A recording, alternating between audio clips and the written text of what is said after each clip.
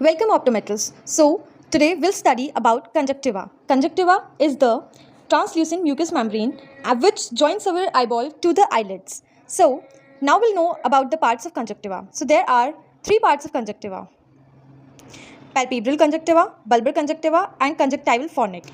Palpebral conjunctiva is the conjunctiva which is underneath our eyelid. Bulbar conjunctiva is the conjunctiva. Conjunctiva is a thin, transparent tissue which lies over the underlying structure, thus can be moved easily. Conjunctival fornix. It joins the bulbar conjunctiva and the palpebral conjunctiva.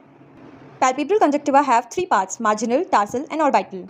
The eyelid at the margin of eyelid is known as marginal conjunctiva. Then there will be tarsal conjunctiva superior to the marginal conjunctiva, and at the last we'll have the orbital conjunctiva. This is medial side, this is lateral side, and this is eyebrow of the eye. Now we'll study about the layers of conjunctiva: epithelial, adenoid layer, fibrous. So there are total three layers of conjunctiva. Epithelial is the supermost layer, adenoid layer is the middle one, and the fibrous layer is the innermost one. Now we know about the glands of conjunctiva. So there are total two types of gland: mucin secretory glands and accessory lacrimal glands. Mucin gland secretes the mucus and accessory lacrimal glands secrete the aqueous products. The main gland is known as goblet cells, which is present in epithelium of the conjunctiva, which secretes the mucin. Then we have glands of Cross and glands of Wolfram, which secretes the lacrimal secretions.